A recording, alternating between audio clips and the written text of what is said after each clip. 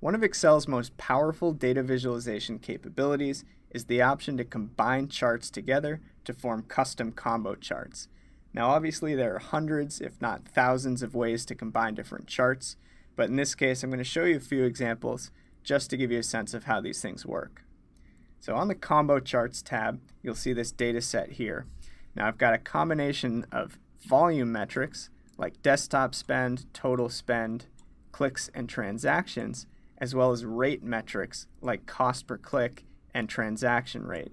Now the reason that's worth noting is because those two types of metrics, volumes versus rates, tend to fall on completely different scales, and as a result, trying to visualize them or plot them on the same charts or graphs means that you really need to combine different types and use things like secondary axes to tell a meaningful story.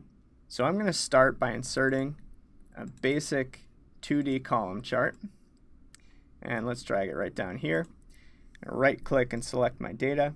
So I'm going to add a series for clicks where my values are in E2 through E13, and my horizontal axis labels are my months, and I'll just add a second series for cost per click where my values are in F2 through F13. Press OK, and these are going to fall in the same x-axis. So when I hit OK, it looks like it's only plotting clicks. In fact, Excel is plotting both. It's just that cost per click is completely outweighed by my volume metric clicks. So I can right click, change the chart type. Down here at the bottom I have my combo option, and as you can see it's already determined that cost per click probably makes sense as a line. All I need to do is select the secondary axis option, and boom, there you go. It added a secondary axis for cost per click. Now I can go ahead into my chart elements, add those titles so that the user knows what they're looking at. I've got clicks on my primary, and I've got CPC, otherwise known as cost per click, on my secondary vertical. Now I'm going to do a little bit of formatting just to stylize it a bit. So I'll format that line, go into my fill options, let's make it a solid dark blue line with a 2-point width, and we can get fancy here too. Add a preset shadow, and why don't we do an outer shadow at 75% opacity. And then back in the fill options, one of my favorite formats here is the smooth line option.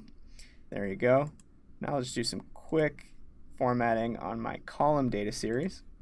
Let's make it a solid fill, kind of a light blue bar, and go into the series options and just reduce that gap size a little bit. So there you go. Again, this is purely as a demonstration. You can format and tweak and stylize any way that you choose. And now, so I've got a great visualization showing clicks and cost per click, but what if I want to create something similar for transactions and transaction rate? Instead of starting from scratch, let's copy this chart, paste it right next to it, and now with any series selected, Excel will show me the source data that's feeding that piece of the chart.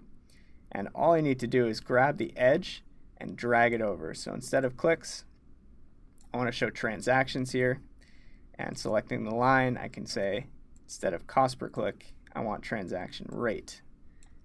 Now, two things to keep in mind. A, it will strip the formatting, so I've got to reformat this, and B, it won't change the axis labels. So I need to manually say this primary vertical is transactions, and this secondary vertical is now transaction rate. So we can go ahead and format that data series. Let's just make it a quick light green, and we'll make the line a solid dark green with a 2-point width and that same preset shadow effect, just to be consistent. So there you go. I've got a basic kind of dashboard view already coming together where I'm showing a ton of information packed into two relatively simple combo charts. Now the last example I want to show you is using a 100% stacked column. And for that, I'm going to use mobile and desktop spend by month. So select A1 through C13, insert a 100% stacked. I'm just going to drag it up over here. Don't need the title in this case, so I'll delete that. And let's just format the data series. I'm going to make my desktop spend this green with a little bit of transparency, and I'll make my mobile spend a dark blue with some transparency as well. Now I want to add one more series for transaction rate. So I'm going to add the series here, name it H1, which is transaction rate, and pull in the values there. And similar case to cost per click. I want my axis labels the same. It's going to look like that series that I just added, transaction rate, didn't actually get added to the chart. In fact, it did. It's just totally outweighed by the others. So you know the deal. I can either right click or go up into my chart tools and use the change chart type option, pop down into combo. You'll note that when I do that, Excel changes what it's showing here. So it's trying to change it to a clustered column. I'm going to say, oh no you don't, I want a 100% stacked column still. I can change it right back. And I want my transaction percentage or transaction rate to be aligned on the secondary axis. And there you go. It's created that second axis and it's overlaid my line. Now just for demonstration, let's go ahead and format that line. I'm going to make it a nice dark blue 2-point width smooth line with a preset shadow. And then since we haven't really played with marker options, let's test that out. Here are my marker options right here within the fill and line choices.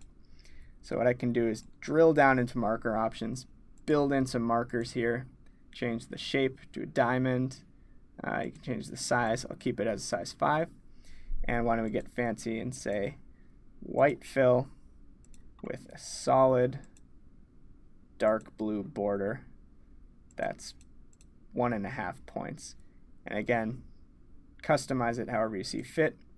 These are all the options you have available to you. So now when I deselect, let's make this one a little bit bigger so we can see it better. We've got this really nice combo chart that tells you two really interesting stories at the same time. It tells you how the composition of your spend has changed month over month. So how much are you investing in mobile versus desktop? And as a result, how is your transaction rate changing? So a pretty clear story is actually starting to emerge here, where it looks like in this particular case, we're shifting spend away from mobile starting in June, July, and August, and into desktop. And at the same time, as a result, we're starting to see an improvement in transaction rate. So those are the types of stories and the types of insights that you can generate by creatively using combo charts in Excel.